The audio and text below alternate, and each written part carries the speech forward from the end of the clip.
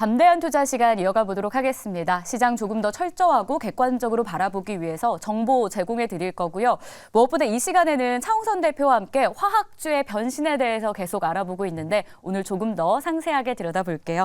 케미칼 에너지 투자자분의 차홍선 대표 모셨습니다. 어서 오십시오. 예, 안녕하십니까. 네, 화학의 변신은 대박이다.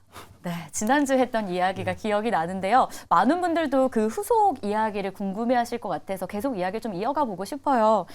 가장 성장을 위한 투자를 많이 하고 있는 회사를 꼽으라라고 한다면 어디라고 보세요?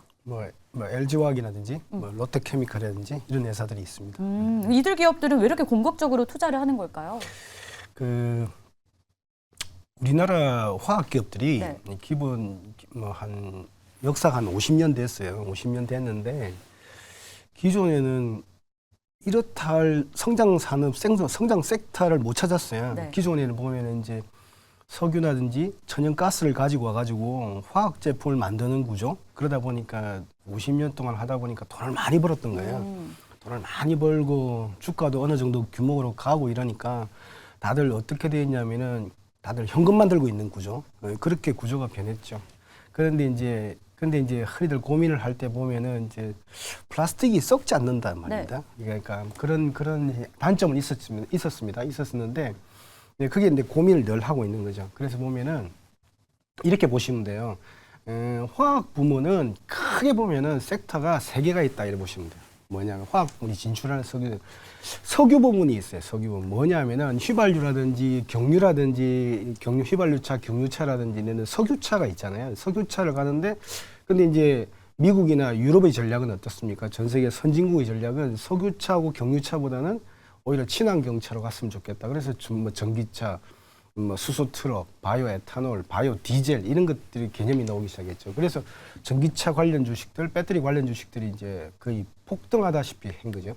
흔히들 보면은 제가 저번에도 말씀드렸지만 포스코 퓨처엠이 대표적인 케이스인데 왜 그러냐면은 이제 화학기업에서 내화물 기업인데 그러니까 포스코 케미칼, 그러니까 포스코 그룹의 내화물, 벽돌을 쌓는, 그러니까 이런 고로를 만들기 위한 그런 내화물 기업인데 음극재, 양극재를 진출하면서 30배가 갔다 이 말입니다. 예를 들어 매출액 대비 시가총액이 0.3배에서 10배까지 가는 그런 기염을 토하면서 갖는 거죠. 그게 이제 A 분야예요. 첫 번째 분야라는 거예요. 그런데 중요하게 보셔야 되는 게 B하고 C가 있어요. 뭐냐면은 자꾸 친환경이라고 B하고 C에도 조심해서 봐야 되는데 뭐냐면은 이게 발전 분야가 있어요. 발전도 이런 수송 분야에 비해서 거의 2배 되는 시장이거든요. 발전 분야가 뭐냐면 지금까지는 천연가스 발전, 석탄 발전, 그 다음에 이제 원자력 발전 이런 쪽으로 구성되어 쭉 올라왔잖아요. 그런데 그 발전을 대체하기 위해서 뭡니까? 태양광이라든지 태양광 발전이든지 풍력 발전이 생겼고 ESS가 생겼잖아요. 그러면서 주가도 많이 간 그런 기업도 있죠. 그런데 이제 거기에서 찾아올 수 있는 게 예를 들면 저는 이제 수소 발전이 지금의 바이든 정부나 혹시 바뀌더라도 공화당 정부, 트럼프의 공화당 정부라도 둘 다 수소 발전 쪽으로는 물분해 수소든지 그다음에 수소 계질에서 그러니까 천연가스 계질에서 수소 발전을 가든지 제가 볼 때 둘 다 수소 쪽으로는 두 분 다 수소 쪽으로 갈 거라고 봐요. 거기서도 큰 폭의 수익을 날 것이다 이렇게 보고 있고. 근데 세 번째 분야를 잘 인식을 안 하시는 것 같아요. 세 번째 분야가 뭐냐면은 이게 석유와 가스를 가지고 화학 제품을 만든다고 했잖아요. 그런데 이게 어찌 보면은 참 좋은 거예요. 플라스틱 혁명이라고 그랬거든요. 1950년대 플라스틱 혁명이고 많은 전 세계들 78억 명이 정말 편리하게 썼어요. 낮은 가격에 편리하게 썼고 인플레이션도 안 일으키는 그런 참 유용한 거였는데 이게 자꾸 쓰다 보니까 많이 쓰게 되고 두 번째는 이게 썩지 않고 되면서 이렇게 환경오염 쪽으로 가더라는 거죠. 그래서 그 조금 저거를 좀 해소해주면 안 되겠냐 그런 쪽으로 이제 바람이 불고 있다는 거죠. 그래서 제가 볼 때는 궁극적으로 말씀드릴 거는 이 플라스틱을 어떻게 바꿀 거냐. 그러니까 흔히들 보면은 배터리를 폐배터리 사이클하는 것도 있잖아요. 그다음에 이런 플라스틱도 수거하는 쪽이 있단 말입니다. 재활용하는 쪽이 있고 그다음에 썩는 플라스틱으로 진출하고 있는데 한국의 화학기업들이 이걸 제일 많이 해요. 왜냐하니까 우리는 원료가 석유와 가스가 나는 나라가 아니에요. 수입을 내서 석유와 가스를 이런 공정에 넣는 구조인데 다른 걸 공정에 넣으면 되잖아요. 석유와 가스를 안 넣고 사이클로 돌려버리고 리사이클로 돌려버리고 그 다음에 다른 원료가 들어가게 되면은 이게 우리나라 한 단계 더 업그레이드되고 친환경 쪽으로 갈 수 있기 때문에 그런 걸 제일 많이 하는 나라가 우리나라다 이렇게 보시면 돼요. 그런데 그렇게 하게 되면 어떤 일이 벌어지냐면은 밸류에이션 자체가 순식간에 높아질 가능성도 있어요. 왜냐하면 그런 것들이 계속 쌓이다 보면 우리나라 투자를 참 많이 하거든요. 그래서 보면은 포스코 퓨처엠이 PSR 0.3배에서 10배까지 가면서 거의 30배 이상 급등을 했는데 가장 밑단에 있는 기업들 중에서 계속 친환경 쪽으로 투자하고 하고 있으니까 어느 순간 매출액이 많이 발생하고 시장이 인지하는 순간 제가 볼 때는 주가는 급등할 가능성이 있다. 이렇게 말씀을 드립니다. 결국 화학기업들이 공격적인 투자를 하고 있는데 그게 지금 친환경으로의 변신이다라고 좀 정리를 해주셨거든요. 가장 공격적인 기업을 꼽으라면 LG화학을 아까 가장 먼저 말씀을 해주셨고요.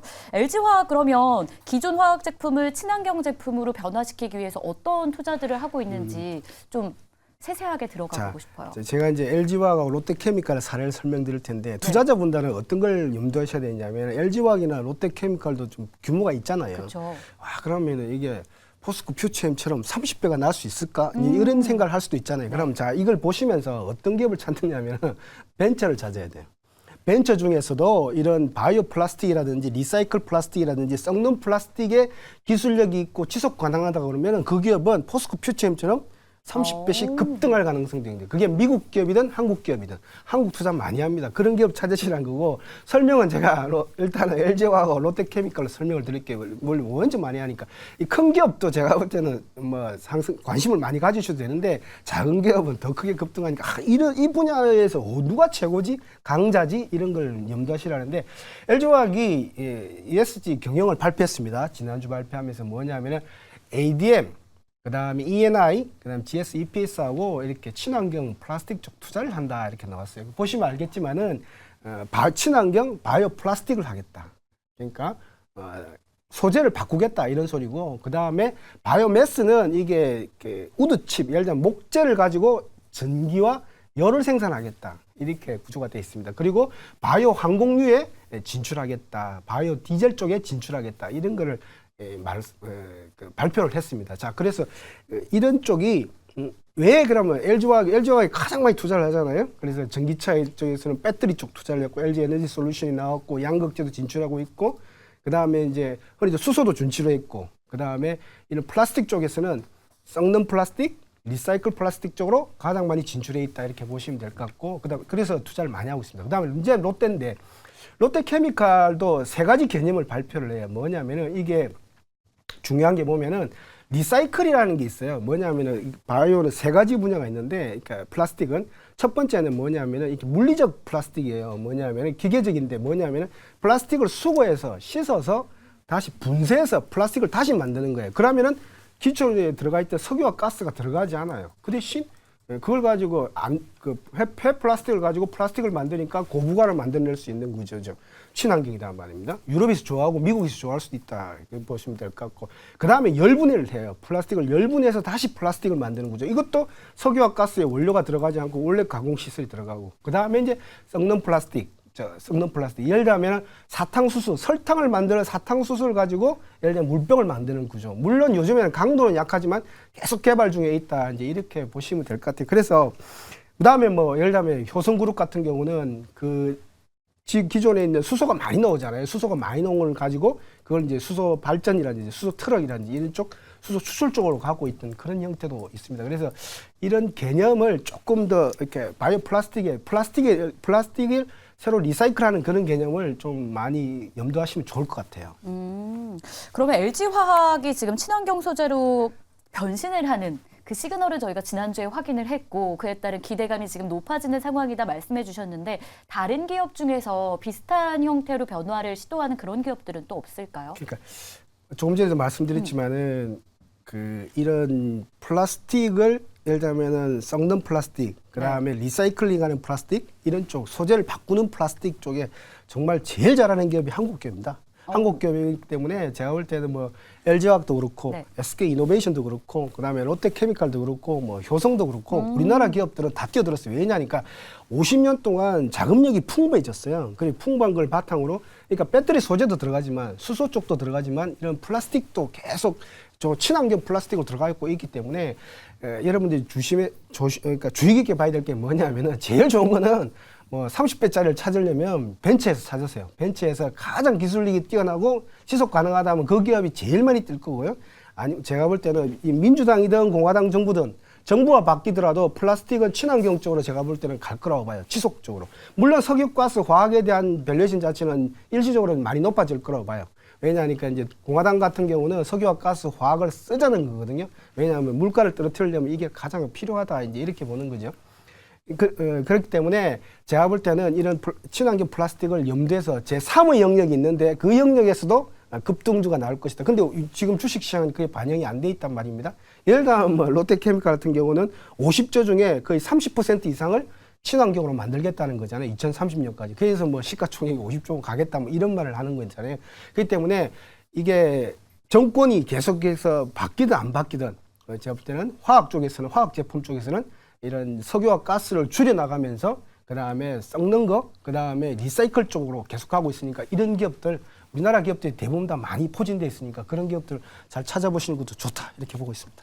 결국 화학 기업들의 변신은 대박이다라는 주제 속에 오늘은 이 친환경 소재 기업으로 변신하는 화학 기업에 대해서 이야기를 들어봤고요. 여러 사례들이 있었습니다. LG화학도 있었고 롯데케미칼도 있었고 효성그룹에 대한 이야기까지 전해주셨고 결국에는 국내 화학 기업들의 가능성이 무한하다. 라는 부분과 함께 투자 관점에서는 벤처 기업들 안에서 좀 찾아볼 만하다. 그들이 아무래도 수익을 좀 많이 낼 수 있다. 저렇게 좀 정리를 해주셨습니다. 여러 사례들과 함께 투자 포인트까지 짚어주셨으니까 잘 기억해 주시면 좋을 것 같고요. 지금까지 차홍선 대표였습니다. 오늘 말씀 고맙습니다. 네, 감사합니다.